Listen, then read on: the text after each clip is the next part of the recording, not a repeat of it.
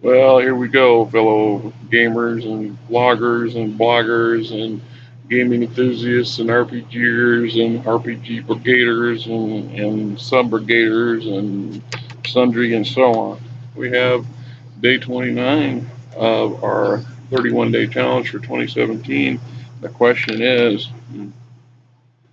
gotta have the glasses, right? Gotta have the glasses. What has been the best run? Excuse me. What has been the best RPG run Kickstarter you've backed? Well, you know, I don't know. You know, this hat is nearly 35 years old. Pretty good shape, right? Pretty good shape for 35 years old. I'll bet a few of you are thinking, "Oh, Indiana Jones." That's right. That's right. I was 20, yeah, 21 when I bought this, and I bought a matching leather jacket that didn't fare so well. It's in our storage locker, but it was mistreated poorly in storage by some relatives. But Adventure Brown, that was the brand. I cannot remember the name of the shop that I bought, but the hat has served me well for many years and is actually quite comfortable. And I can understand why the iconic individual played, Harrison Ford, who played Indiana Jones, kind of had some out of this stuff. Even though the argument was that in his era, in the 40s, a lot of guys wore not fedoras, but hats along these style side types, right? And there's a different kind of name for those hats. You need to find a guy that's into those enough to tell you what it is. Now I'm stalling or sidetracking here about my hat is truth is I've never backed a Kickstarter. I haven't. Kickstarter is a fairly relatively new concept to me. Yes, I know it's been out a while, but I've been out of touch for a long time, and so this just gave me so when I looked at a few of them, most of the stuff I've seen some good stuff, but not so much that I want to throw my money at it on the offhand chance of getting some sort of little bit of swag or whatever. On the other hand, what I can tell you is that I have tried to do two Kickstarters, and neither of them fared well.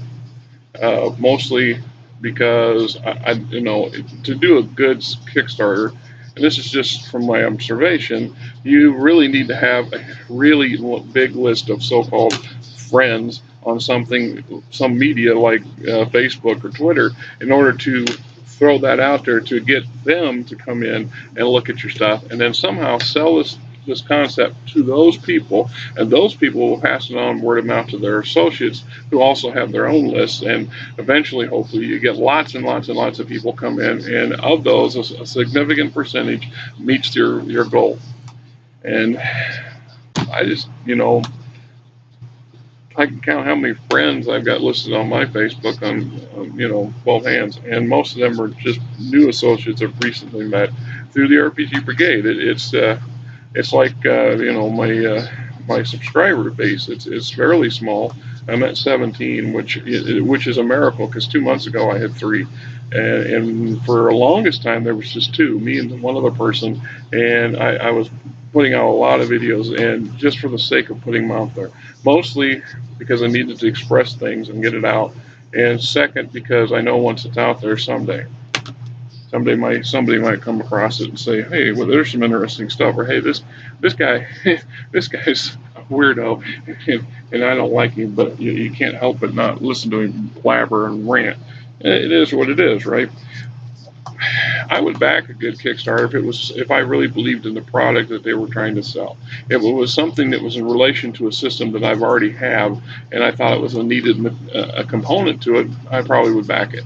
I would back stuff from friends who are putting things out there just from the loyalty factor, whether I'm into their thing or not, whether or not I appreciate this, whatever it is that they're concocting or creating or trying to sell. Because I would hope that they would do the same for me. Like I said, out of the second Kickstarter attempt to get funding to help get the ISBN number and a couple little things done for my own game system, the working title Stellar Frontiers, And yes, I've heard the Star Frontiers and this and that and the other thing. And like I said, it's a working title. And the game system is not the same as their system, so there is significant differences in it. But I'm not here to sell you that. I did attract the attention of the co-editor, no, not the co-editor, uh, the head of Golden Games acquisitions department, and his fellow named Justin, and he basically sold me on the idea of selling the game to them under contract, which, we're in this, for me, it's been, kind of excruciating because it seems like nothing's happened. I signed a contract in May, and I just recently heard something incidental from these people, but I haven't heard from them directly about anything pertaining to anything relating to my game since we initially signed the contract and went through all that stuff. And of course, I've been reminded that it will take 16 months to 2 years before they start to get into the serious part of the development stage on this thing. So it's hard to be patient. And that's when we talk about these Kickstarters.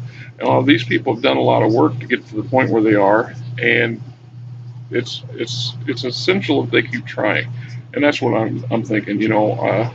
I would continue trying if I haven't signed a contract. At this point, I think it's a kind of a moot point to do. I just have to sit here and grit my teeth and try not to be a obnoxious SOB to these people, which I learned that lesson a long, long time ago when I was involved in an online MMO, and I got very into the background of it and was, I don't want to say, I was fortunate, I guess, to be offered a back of the house position. Of course, 90% of everybody works for those things are volunteers, and that was what it was. But I became somewhat obnoxious, and to the point where, they shut me out, and rightly so.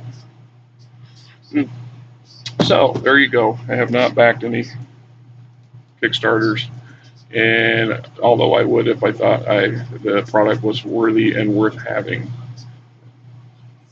On to the next question, right? This was what, question 29. 29.